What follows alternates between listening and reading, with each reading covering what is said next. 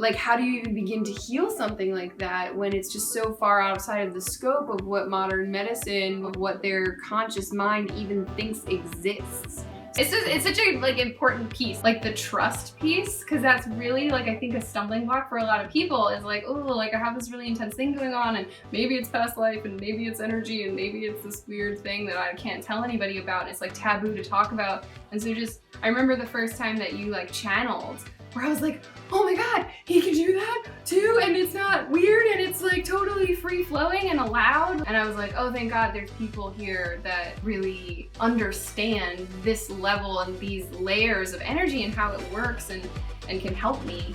Like you said about several different people, you thinking you're crazy, and then you hear unrelated authority figures saying the same thing. Mm-hmm. I have had so many of my teachers bring this up right around the time when I discovered that it was an issue. Often there are things happening spiritually, mentally, or emotionally that directly relate to what's going on physically. Cultivating and studying the energy anatomy gave me a reference to see what I was tuning into anatomically and scientifically, what the layers of the auric field and what the wavelengths of the different chakras and the human energy field looks like, and broaden the spectrum of what we're looking to as issues that would cause disease so that we can heal. And I was just like, thank the universe.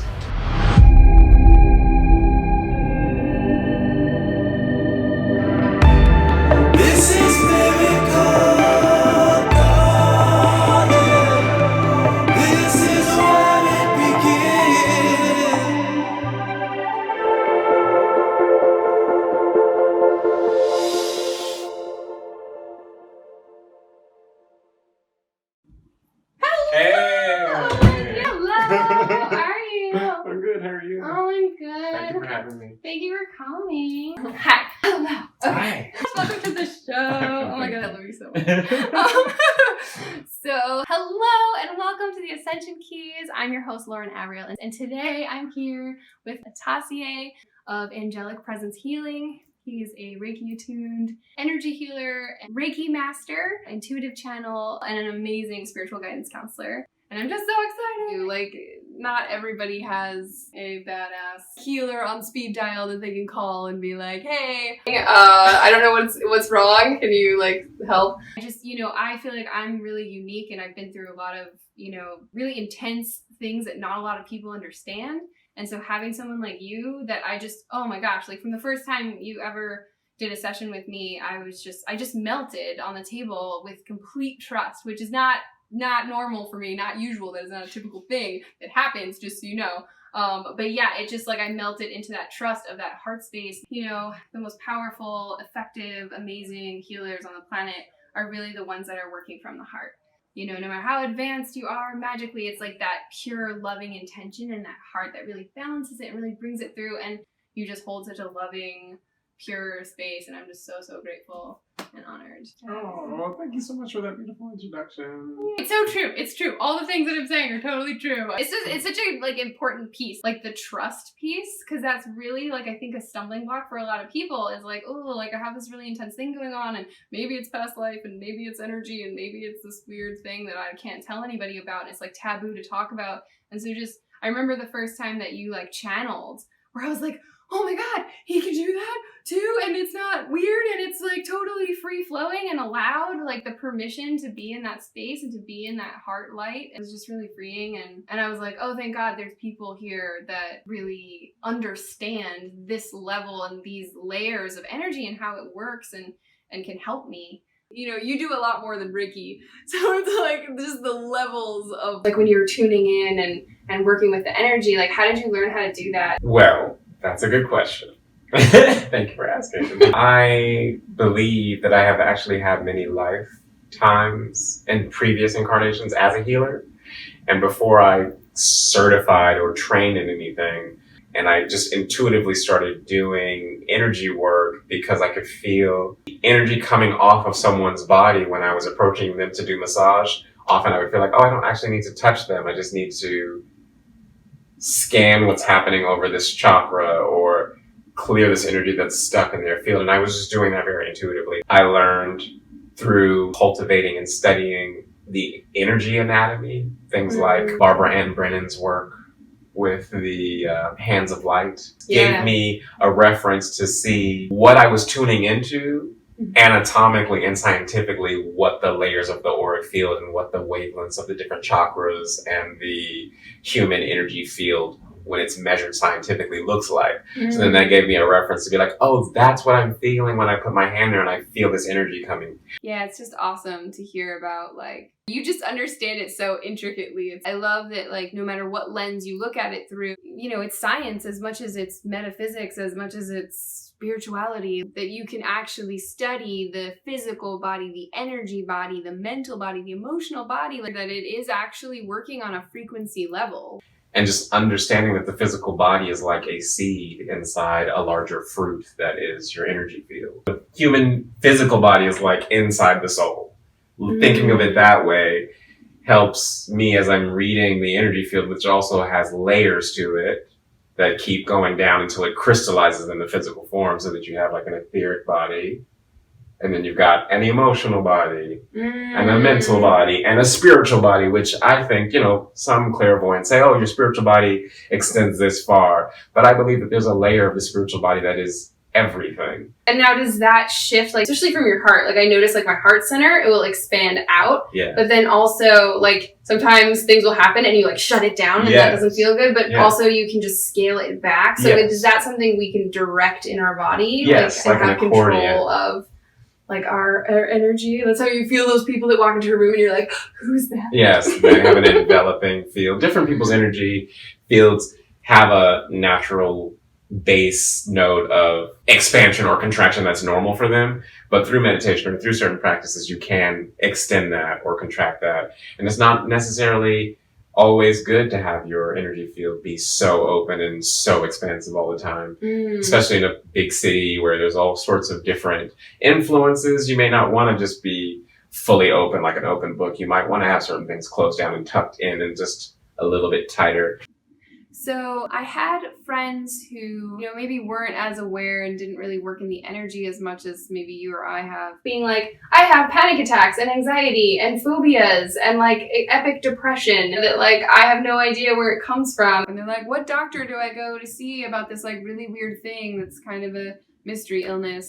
And, like, I look at that through a totally different lens, and like, they're describing it, I'm like, oh shit, that sounds like some other level. I know from the work that we've done that, like, there's so many levels of what it could be that's causing this thing. Like, you have this symptomology, but it could be coming from, like, we had the whole thing where, like, the rest of my body was in, like, fifth dimensional space, but my neck was in, like, 16th century. Because I think right now on the planet, there's a lot of people who are going through stuff like that. Not to say that you shouldn't go to your doctor and check it out on the physical level, but what other things could it be that you've seen that could be going on in your fields?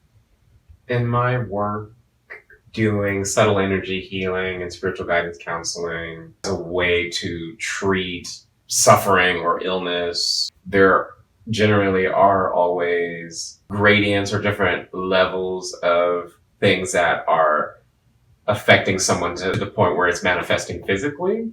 Often there are things happening spiritually, mentally, or emotionally that directly relate to what's going on physically or even psychologically, and through more so than clairvoyance for me, because I don't necessarily see people's auric fields, I feel them.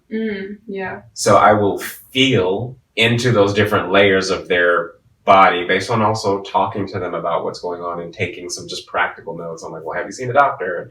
What did they say? And then if it gets to a point where it's like, okay, we're drawing a blank here, we don't know, then I'll start to read into the auric field and also ask for guidance from their guides, ancestors, and my team of spiritual allies to see if there's something that we're missing. And often things like breadcrumbs will pop up as we work together throughout a series of sessions, or sometimes even one session will get to the root cause. It can be a past life.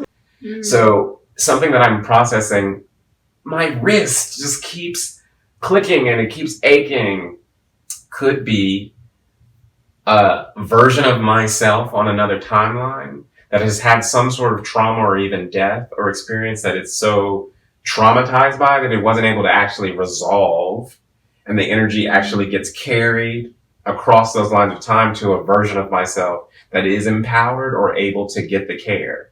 Mm-hmm. And so in this timeline, I have processed lots of past life issues that are affecting me physically because I have the privilege of and the gift to deal with it. Whereas in those lives, it was just like, this was a bad scene.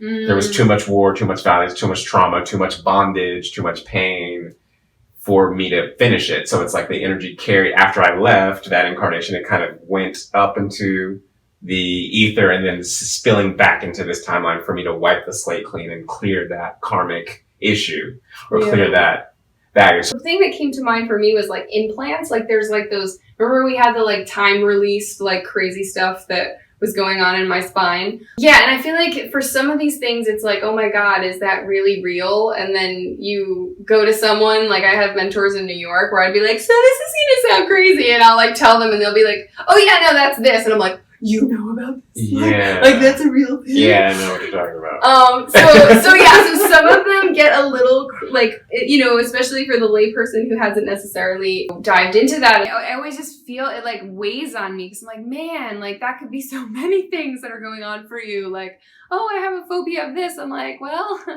you know, I don't even know how to begin to talk to people about these things because it's so far outside the realm of what their conscious mind even thinks exists. So, like, how do you even begin to heal something like that when it's just so far outside of the scope of what modern medicine, which is great, not knocking modern medicine is great for, you know, many things, but there are so many things where, you know, it becomes mysterious or it becomes unknown and then people just live with chronic pain or woundedness or emotional suffering because they can't really get to the bottom of the source of where that's really coming from. And past lives I've come to feel is also an interpretation, right, of an experience that we have that feels like a remembering of things that didn't happen in this lifetime. And so we just call it that. Yeah. Layers.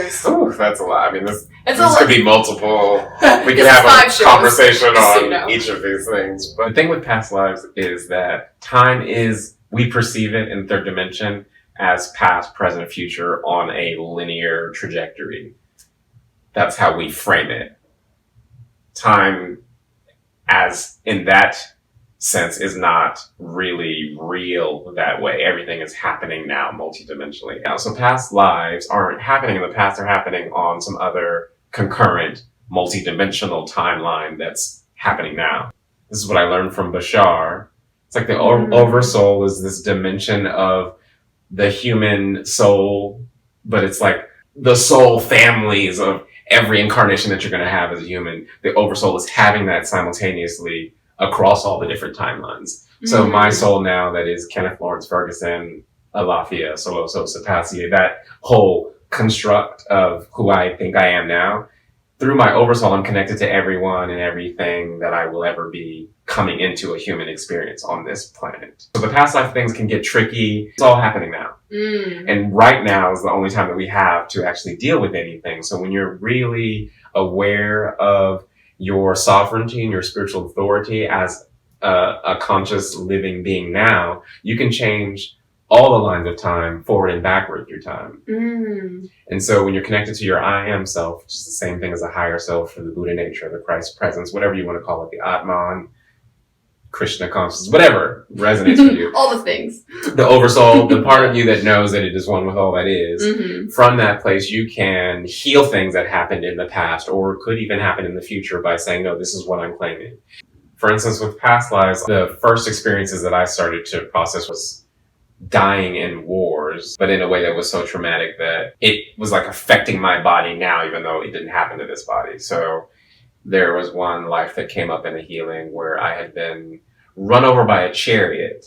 And what was manifesting for me physically in this life was my pelvis was like dislocating while driving, while traveling.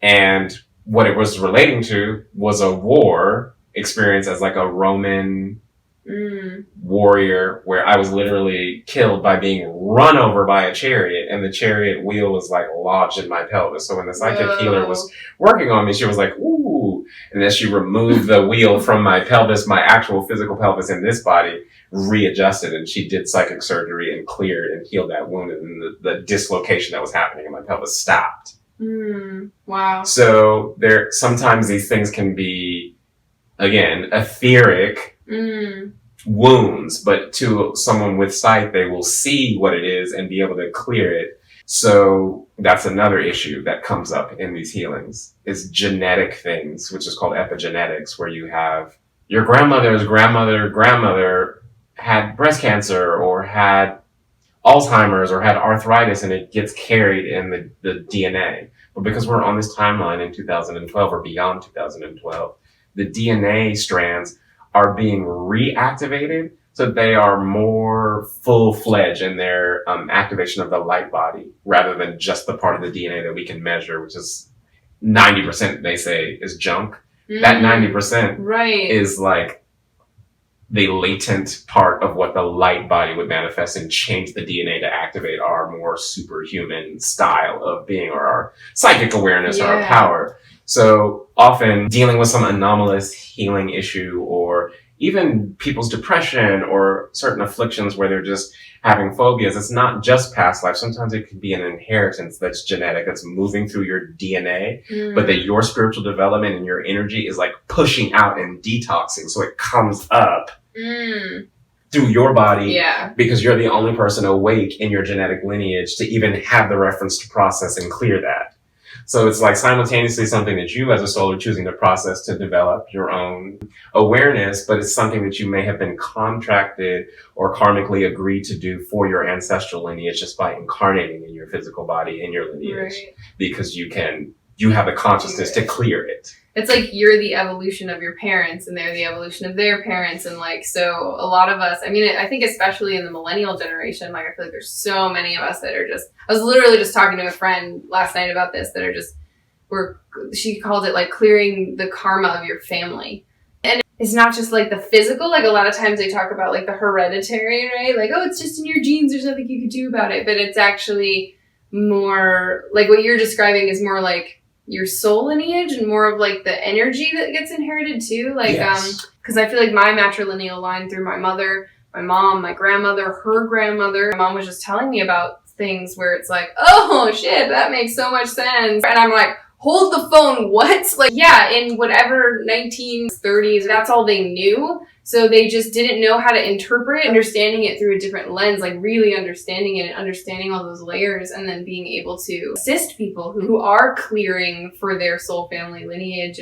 I think as Western medicine starts to acknowledge the invisible realms, and I mean, some of these invisible realm things are measurable, but they start to disclose the fact that they are, and that they do affect what's happening physically, instead of dissecting things and compartmentalizing them so that they can be capitalized on. And, you can like rape people's pockets with dealing with cancer. Like, oh, we're just going to just remove the cells that have the cancer. And then when you get it again, because you're not dealing with the emotional, spiritual, or even environmental issues that are causing this to actually creep up in your body, or the epigenetic thing. So it just recreates and they're profiting from that. So they're not really wanting to deal with the full spectrum thing. But as we move from that old paradigm of let's capitalize on everything, even at the expense of life and evolution, to let's maximize the resources and broaden the spectrum of what we're looking to as issues that would cause disease so that we can heal, then there will be much more information that's being publicly shared. And then there are things like implants, etheric implants, which is a whole can of worms that I'm not fully versed in understanding the origin of these things, but some of them are technological things that could be even physically implanted, like nanotechnologies, things that are sprayed in the air through chemtrails with these microchip type metals and things that then we're inhaling, that then go into the bloodstream and implant themselves. Or it's tapped into our water, so we're drinking these things, and they have a set up like a field in the body that is this network of dissonance. Then there are actual etheric implants that are, etheric is ether.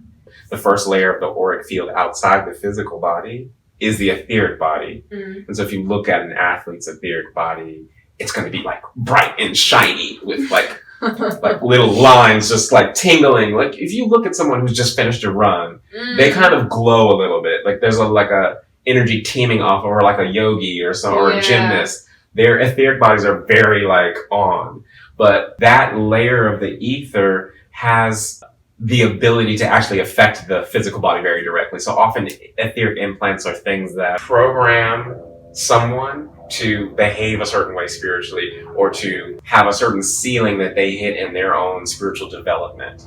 Yeah, it's like it almost takes on a form, like the energy becomes so, like that's when you become aware of it, right? By the time it becomes a symptomology, someone has become aware of this energetic thing that is like kind of solidified into your physical. And with the implants, like you said about several different people, you thinking you're crazy, and then you hear unrelated authority figures saying the same thing. Mm-hmm. I have had so many of my teachers bring this up right around the time when I discovered that it was an issue through my own needs to clear them out of my own self and clients. And I was just like, thank the universe. I was very fortunate around 2015 to discover synchronistically working with all these people learning about implant technology. Some of it sounds just like sci-fi, but you can also look at our government, especially during war times, World War I and II, have been doing experiments with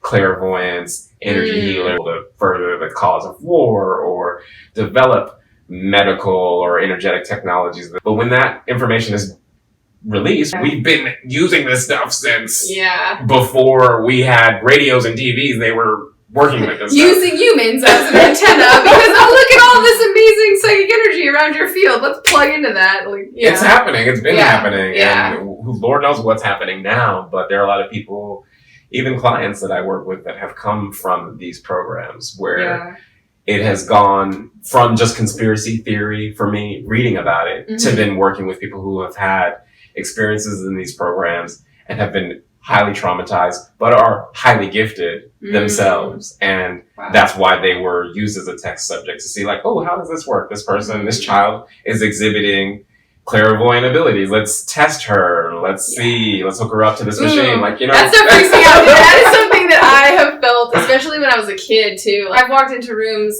and been like, I don't know what you got going on, but I feel like a test lab subject right now around your vibe. Like, I don't know, like, you just stay on that side of the room and I'm going to stay over here, okay? Cool, love you. Lots of light. You know, like, there's definitely, yeah, and I've heard stories through friends in New York about some of the programs through the grapevine, through people they knew that were in some of those. Like, they're like, oh yeah, in the 70s and in the, you know. Yeah, I mean, I think to the average layperson, a lot of that can sometimes feel a little overwhelming and scary, especially on top of all the other stuff that's going on emotionally. Really, I think the emotional body is being hit really hard in the collective, which is super important information that has to come out, like you said, because it's empowering to be like, okay, I see you, I acknowledge that this is what's happening, so now I can work with it. Like now I know, you know, you can't really heal unless you know what the problem is. So there's ranges. These things can be energetic, they can be physical. Sometimes they're ET related. Sometimes they're spiritual technology, like mystery schools. Ancient mystery schools are all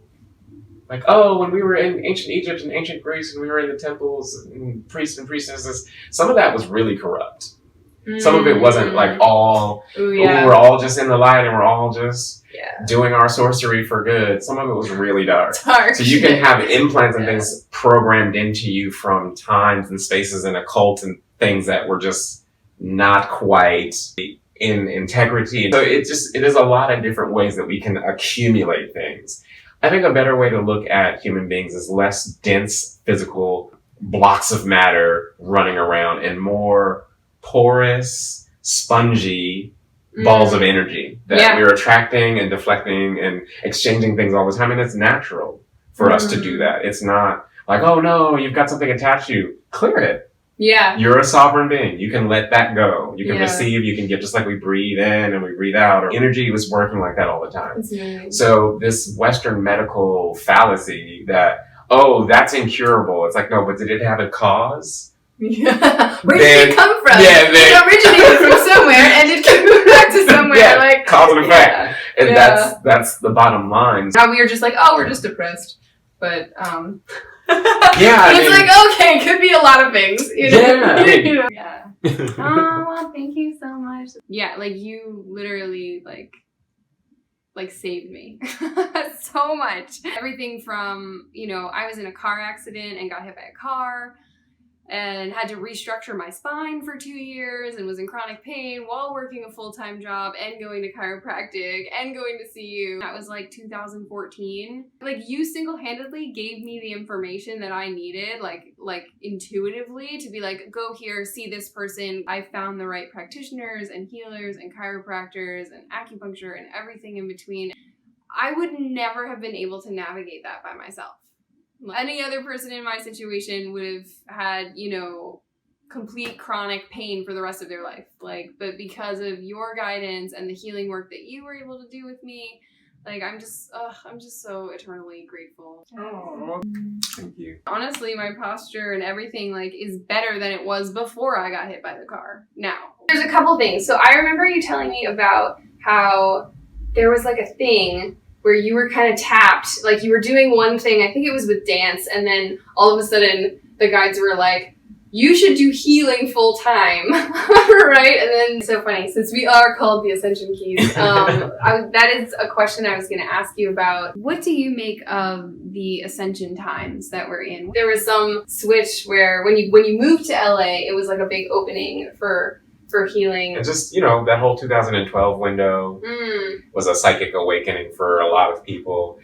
Mine really started in 2010 to get really intense. Oh. And I transferred from Santa Monica College to a conservatory in the UK and continued to act, got my bachelor's degree, and was working professionally there. Suddenly that all came to an end very abruptly in 2000 and at the end of 2009, and I had to move back to the States. Then finally I got attuned to Reiki with Christopher Paul Campbell, who has a Soul Life Healing Institute, and did my Reiki 1, 2, 3 and master trainings. But by that time I had already been developing my own style of just intuitively and then applying Reiki hands-on healing and distance healing. And then through the initiation of getting Reiki attunements, the bandwidth of spiritual energy that I had access to as a healer increased, but incrementally in a way that enabled me to process things, all sorts of things that just activate, the awareness.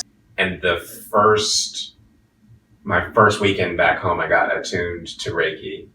I had just met my Reiki master at Ecstatic Dance in Oakland. Oh, wow. And as soon as I moved back to the States, he heard a message from Spirit saying, oh, I need to attune you to Reiki. And I was like, bro, okay, he was like, no, Spirit said I should attune you to Reiki. And I was like, well, tell Spirit I'm broke and I'm living in my childhood bedroom in my parents' house right now, but thank you.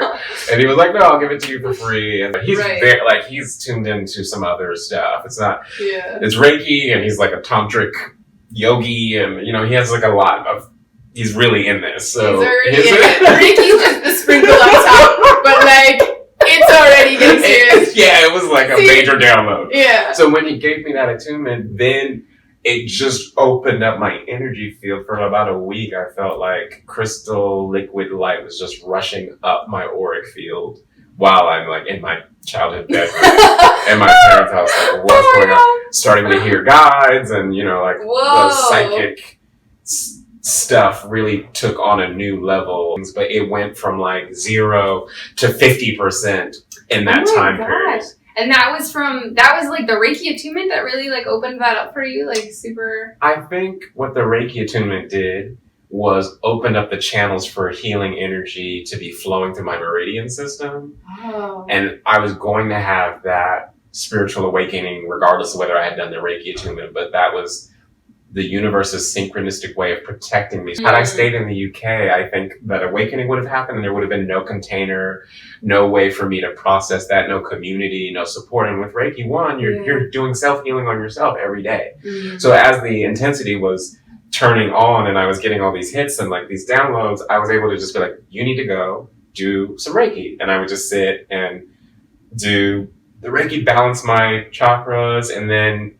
be able to integrate the information more. Lucky. Which is why I had to, exactly. You know a little bit about my background that I didn't get the Reiki attunement. I didn't get the memo. I barely knew how to do yoga, and I was like a teenager when I had a spontaneous awakening and was just like, okay, so now I can hear and see and feel everything. My mediumship went from 0 to 100, and I just was like hearing things very, very clearly in English that weren't even always for me. They were messages for people in my environment. You know, like I went through that too, where I'm like, do I just go up to someone and say something to them? And a lot of times it's not really. Sometimes it's like for you so that you have a better scope on the situation and not necessarily something to share with that person, and just like having sort of the heart space about it to feel like if that's in alignment.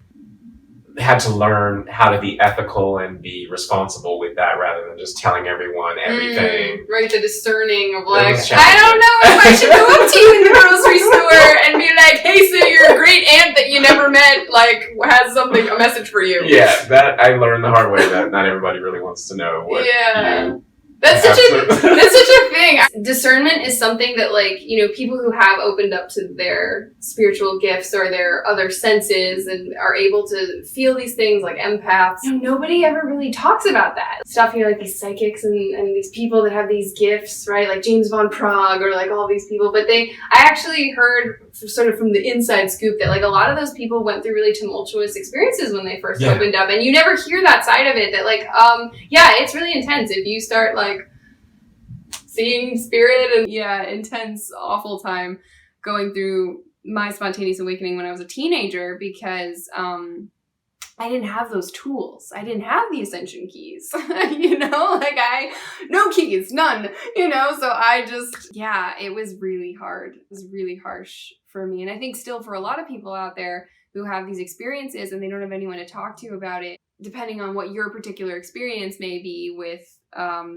healing or energy work or Reiki, or maybe you've heard of it, maybe you haven't, maybe you've experienced it, maybe you've gone all the way down the rabbit hole and you're like, girl, I know what you're talking about. I know, you know, but I mean, there's such a wide range of what people have experienced or not experienced. You know, that's really where truth comes from, right? That's like by viscerally experiencing it for yourself. And that's why they're like, it's your truth. Yeah, because I know, because I experienced it. I know that was there because you feel it. You know, like you, I do that too. Of like the sight and hearing, you know, clairaudience, clairsentience. But it's really, I think as energy healers, that just the feeling, being able to feel energy. Like, you know, we are so complex. Oh yeah, you're just a bunch of chemical reactions in the brain and nothing else, right? It's like, no, like you're not just your physical body. Like, somewhere deep down, we like know that there's more to us. I believe that there's a layer of the spiritual body that is everything, that extends out into all that is, because everything is one anyway. Yeah. But there is generally a demarcation where it's like you, the person that you are as a soul, that outline stops a certain amount of yards or feet away from your physical body. So with every episode on the Ascension Keys, we share a key or a tool to help you create change and transformation in your life. So the Ascension Key that was shared from Atasiea is called the Violet Flame of Transmutation.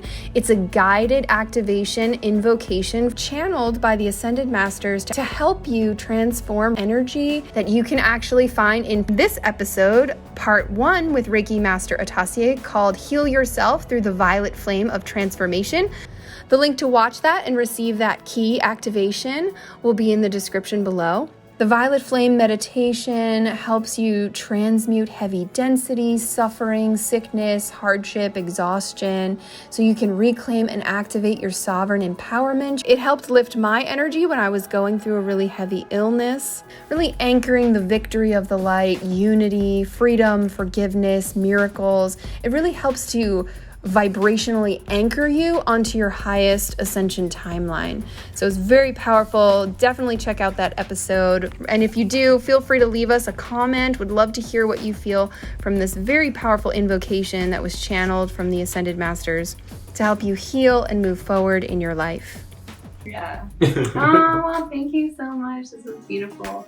To connect with Atasiea, if you're looking to receive healing, Atasiea offers incredible, unique angelic presence healing sessions, as well as Reiki healing, both remotely and in person. He also offers Reiki training to anyone who's interested in learning how to become an energy healer. The next master level training is coming up at the end of May, but it's ongoing, so you can always just check his website for details on all upcoming offerings at www.atasea.com. You can find me on Instagram at Atasiea or Angelic Presence Healing on Facebook. Atasiea is also an ecstatic dance shaman. Ecstatic dance shaman. An Ecstatic Dance LA. co-founder of Ecstatic Dance LA. He provides physical, emotional, spiritual support through bodywork, Reiki, sound healing, channeling, conscious dance, and ceremonial facilitation as the spiritual director and healing arts practitioner of Ecstatic Dance Los Angeles. So if you're in the Los Angeles area and you're looking to connect in community in healing, uplifting ways, join them at Ecstatic Dance LA. They have dances every week. Dances are held outdoors at Venice Beach in the beautiful sunshine near the ocean,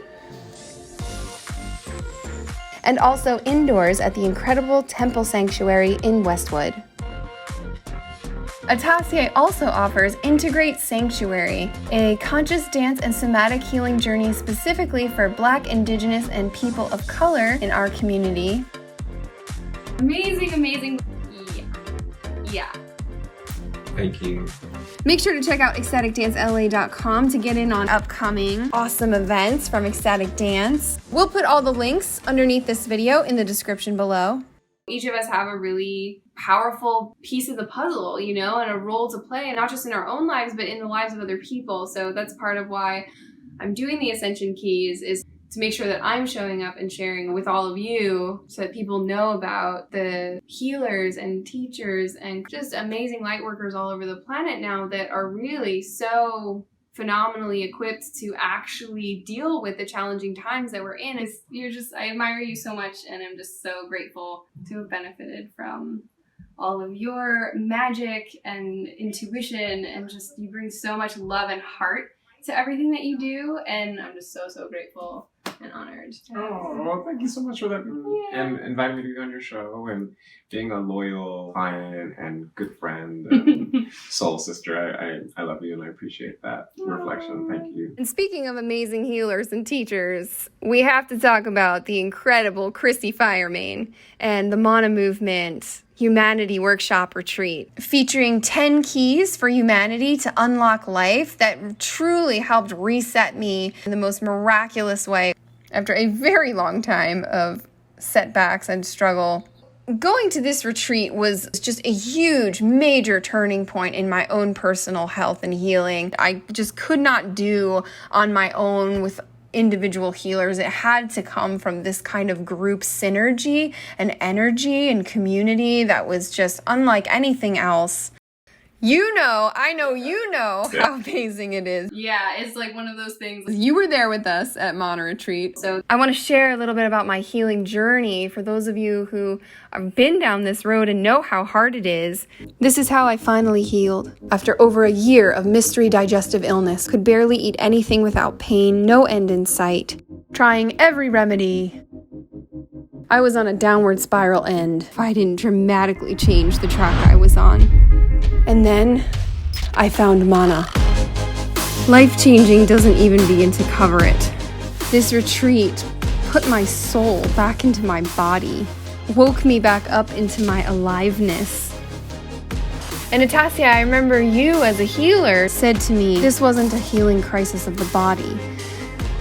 This was a crisis of the spirit that can only be healed through the power of the heart, true sacred medicine, the kind that Chrissy Firemain brings, and the Mana Movement. 5 days of celebration and ceremony. Chrissy Firemain is a founder of the Mana Movement, a powerful medicine woman, transformational leader following the sacred traditions of indigenous wisdom lineages in the Peruvian Andes. So she brings just so much wisdom and love and passion from the heart to really guide people, and just had such a profound impact on me. What we're doing here at Mana is helping people to strip away or melt away the blocks to your purpose. You have a very powerful purpose. And shout out to Dr. Joseph Hovsep-Tuana from Vital Harmonics for sharing his knowledge, curating Ayurvedic medicinal meals, really following these ancient Ayurvedic principles of health that are just timeless and really powerful. Mana totally transformed my energy, reset my entire nervous system through the healing power of community, which is so much more transformative than most people realize. It just lit up my soul, my joy, my light. Since that retreat, my health has made a complete radical turnaround, firmly put me back on a track toward health and life.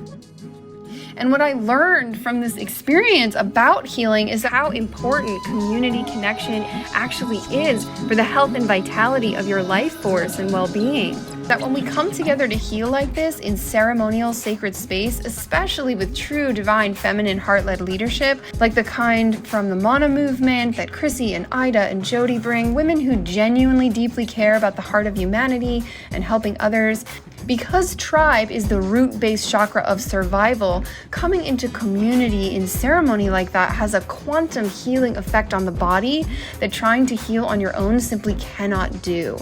It activates a unity of belonging that is essential to life and to your own life force and your aliveness in the body. And I'm just so excited to share this with you because they're actually offering another one of these Mana retreats coming up May 23rd to the 28th at the end of this month in San Diego, California.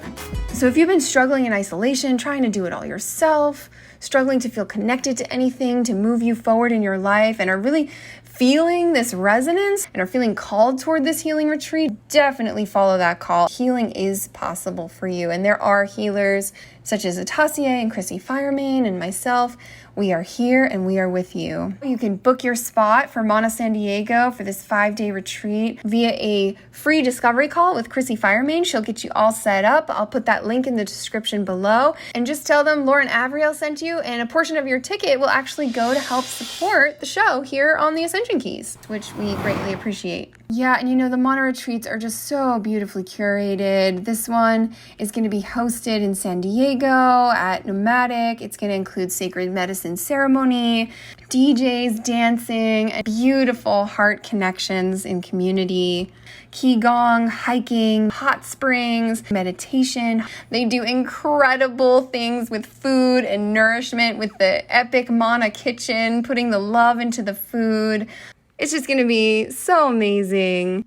Yeah. You know, like it's perfect how these keys and tools to help us, it's like the synchronicities are just waiting to unfold to make sure that we get this information and that we have access to the help and the support and the love that we need to really grow and be supported and evolve the way we're meant to. You know, we're not here to suffer and continue to live in pain and misery. It may seem that way because there's a lot of shadow coming up in the collective, but it's like, you know, it's people like you that remind me, oh, that's right. Like, we're here together and like, we can do this, right? Yes. Right. And this, we can move this. We like, there are tools here for us. There is love and support here for us. Like, you know, so I've just, oh my gosh, just so grateful. Thank you so much for being here.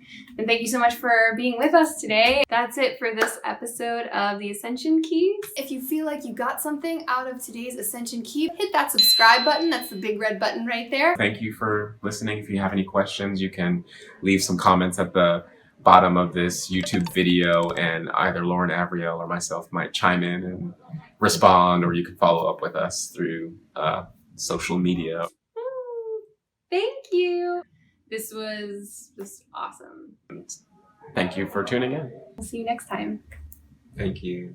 Yay! I think that's a wrap. Yes! Oh my god. This is miracle. This is when it begins. The Ascension Keys is made possible and brought to you by our angel investor, Helena Riccio. Sending big thanks to everyone who contributed. Thanks so much for watching. And stay tuned for the next episode where we go to New York. We have a special guest, spiritual teacher and best-selling author Laurel Raithke at the Fairy Den in New York City. sharing on crystal technology, how you can work with and actually begin to feel the subtle energies of stones to bring healing, therapeutic effects, and expand your consciousness. Come check out this gorgeous den of colorful crystal and earth magic. Like and subscribe and follow us on social media to stay up to date with the latest happenings here on VAE.